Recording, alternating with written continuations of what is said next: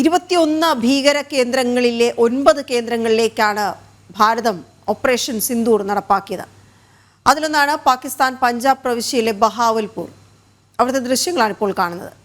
ഭീകര പരിശീലന കേന്ദ്രമായി പ്രവർത്തിച്ചിരുന്ന ഒരു ഇസ്ലാമിക് സെമിനാരി അടക്കം ആക്രമണത്തിൽ തകർത്തതിൻ്റെ ദൃശ്യങ്ങൾ ആണ് നമുക്ക് കാണാൻ കഴിയുന്നത്.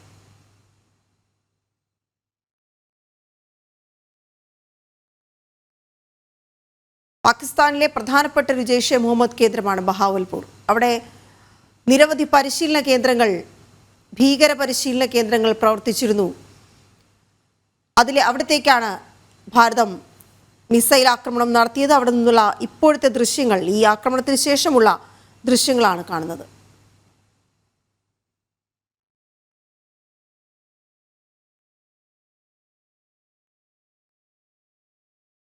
ആക്രമണത്തിന് മുമ്പും ശേഷവും ഉള്ള ദൃശ്യങ്ങൾ ആണ് നമുക്ക് കാണാൻ കഴിഞ്ഞത്. ഈ ബഹാവൽപൂരിലെ ജാമിയ മോസ്ക് ആക്രമണത്തിൽ തകർന്നു. അതിന് മുൻപും അതിനുശേഷവും ഉള്ള ദൃശ്യങ്ങളാണ് നമുക്കിപ്പോൾ കാണാൻ കഴിയുന്നത്. ഇത് ജെയ്ഷെ മുഹമ്മദിന്റെ ഭീകര പരിശീലന കേന്ദ്രമായി പ്രവർത്തിച്ചിരുന്ന സ്ഥലമാണ്.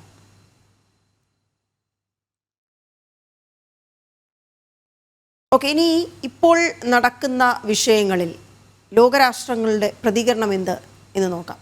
ഇന്ത്യ പാക് സംഘർഷത്തിൽ തനിക്ക് സാധ്യമായതെല്ലാം ചെയ്യാൻ തയ്യാറെന്ന് ഡൊണാൾഡ് ട്രംപ്. ഇരു രാജ്യങ്ങളും സൈനിക നടപടികൾ അവസാനിപ്പിക്കണമെന്നും ട്രംപ് പറയുന്നു. യുക്രൈൻ ഉൾപ്പെടെ വിവിധ രാജ്യങ്ങളും സംഘർഷം അവസാനിപ്പിക്കണമെന്ന ആവശ്യം മുന്നോട്ട് വയ്ക്കുന്നു.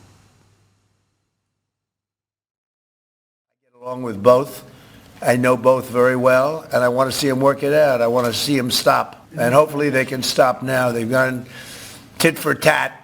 So hopefully they can stop now, but I know both. We get along with both the countries very well, good relationships with both, and I want to see it stop. And if I can do anything to help, I will be there. Aison Jose ചേരുന്ന വിവരങ്ങളുമായി. ഐസൺ, സാധ്യമായതെല്ലാം ചെയ്യുമെന്ന് Donald Trump വ്യക്തമാക്കുന്നു. അദ്ദേഹത്തിന്റെ അഭിപ്രായം എന്താണ്?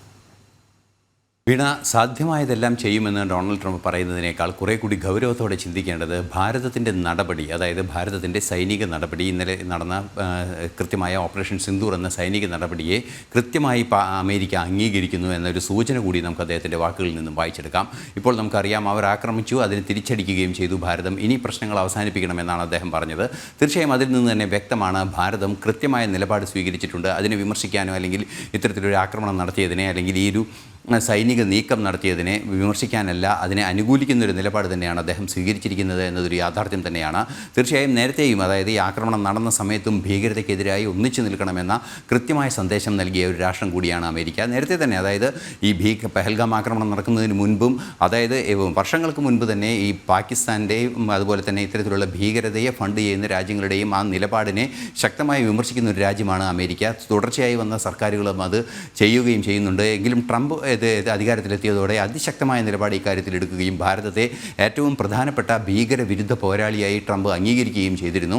അതിൻ്റെ കൂടി ഒരു പ്രതിഫലനമാണ് ഇപ്പോൾ അദ്ദേഹത്തിൻ്റെ വാക്കുകളിൽ നിന്നും മനസ്സിലാക്കാൻ സാധിക്കുന്നത്. തുടർന്ന് ഈ സംഘർഷം വർദ്ധിക്കാത്ത ഒരു സാഹചര്യം ഉണ്ടാക്കുന്നതിനെ അസാധ്യമായതെല്ലാം ചെയ്യാമെന്നൊരു നിലപാട് തന്നെയാണ് അദ്ദേഹം അറിയിക്കുന്നത്. അതിൽ നിന്നും അദ്ദേഹത്തിൻ്റെ വാക്കുകൾ വളരെ കൃത്യമാണ്. അതായത് അടിക്ക് തിരിച്ചടി നൽകി കഴിഞ്ഞു, ഇനി പ്രശ്നങ്ങൾ അവസാനിപ്പിക്കാനുള്ള കാര്യം ആലോചിക്കാം, അതിന് മധ്യസ്ഥം വേണമെങ്കിൽ തയ്യാറാണ് എന്നും അദ്ദേഹം പറയുന്നുണ്ട്. അപ്പോഴും ഇന്ത്യയുടെ ഒരു നിലപാടിനെ അനുകൂലിക്കുന്നൊരു നീക്കം അല്ലെങ്കിൽ ആ വാക്കുകളിൽ നിന്നും നമുക്ക് മനസ്സിലാക്കാൻ സാധിക്കുന്നത് മൂന്നാം കക്ഷിയുടെ ഇടപെടൽ ആവശ്യമില്ല എന്ന ഭാരതത്തിൻ്റെ ഉറച്ച നിലപാടാണ്. ഭാരതം ഇക്കാര്യത്തിൽ സംബന്ധിച്ചിടത്തോളം എടുത്തിരിക്കുന്ന നിലപാട്, ഭാരതം മറ്റൊരു രാജ്യവുമായി യുദ്ധം ചെയ്തിട്ടില്ല, അല്ലെങ്കിൽ പാകിസ്ഥാൻ്റെ സൈനിക അസറ്റുകളെ ഒന്നും തന്നെ തൊട്ടിട്ടില്ല എന്ന് വളരെ കൃത്യമായി ഇന്നലെ വാർത്താ സമ്മേളനങ്ങളിലും ഭാരതത്തിൻ്റെ മുഴുവൻ സ്റ്റേറ്റ്മെൻറ്റുകളിലും അത് നമുക്ക് കാണാൻ സാധിക്കുന്നു. രാവിലെ നടന്ന വാർത്താ സമ്മേളനമാകട്ടെ, രാജ്നാഥ് സിംഗിൻ്റെ നിലപാടുകളാകട്ടെ, അതിലെല്ലാം തന്നെ ഭാരതം എടുത്ത നിലപാട് ഭീകരവിരുദ്ധ നിലപാടാണ്.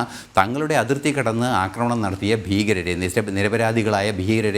നിരപരാധികളായ സാധാരണക്കാരെ കൊന്നൊടുക്കിയ ഭീകരരെ മാത്രമാണ് ആക്രമിച്ചത് എന്ന് രാജ്നാഥ് സിംഗ് അർത്ഥശങ്കയ്ക്ക് ഇടയില്ലാത്ത വിധം പറയുകയും ചെയ്തിരുന്നു. അത്തരത്തിൽ അർത്ഥശങ്കയ്ക്ക് ഇടയില്ലാത്ത വിധം ഭീകരവിരുദ്ധ പോരാട്ടമാണ് തങ്ങൾ നടത്തുന്നതെന്ന് ലോകത്തെ ബോധ്യപ്പെടുത്താൻ ഭാരതത്തിനായി എന്നതിന് ഏറ്റവും മികച്ച ഒരു തെളിവ് അല്ലെങ്കിൽ ഒരു എൻഡോഴ്സ്മെൻറ്റ് കൂടിയായി തന്നെ നമ്മുടെ ഇപ്പോൾ നമ്മൾ കേട്ട ട്രംപിൻ്റെ വാക്കുകളെ മനസ്സിലാക്കാൻ സാധിക്കുന്നുണ്ട്. മാത്രമല്ല, മാധ്യസ്ഥത്തിന് ശ്രമിക്കാമെന്ന് പറയുമ്പോഴും ഒരു നിയതമായ സംവിധാനമായല്ല, മറിച്ച് ഒരു ധാരണയുടെ ഭാഗമായി അത്തരത്തിൽ എന്തെങ്കിലും ആവശ്യമുണ്ടെങ്കിൽ തയ്യാറാണ് എന്നൊരു നിലപാടാണ്. അത്തരത്തിലൊരു മൂന്നാം കക്ഷിയുടെ മധ്യസ്ഥം വേണമെന്നോ അല്ലെങ്കിൽ അത്തരത്തിൽ പ്രശ്നങ്ങൾ അവസാനിപ്പിക്കുന്നതിന് ശക്തമായ ഇടപെടൽ നടത്തുമെന്നോ അത്തരത്തിലുള്ളൊരു രീതികളൊക്കെയാണ് യുക്രൈൻ യുദ്ധത്തിൻ്റെ കാര്യത്തിലായാലും അതുപോലെ തന്നെ മറ്റു യുദ്ധത്തിൻ്റെ കാര്യങ്ങളിലെല്ലാം തന്നെ അമേരിക്ക എടുത്തിരുന്ന നിലപാട് അങ്ങനെയാണെങ്കിൽ ഇക്കാര്യത്തിൽ കൃത്യമായും ഇതൊരു യുദ്ധമല്ല, മറിച്ച് തീവ്രവാദത്തിനെതിരായ ഒരു പോരാട്ടമാണ്.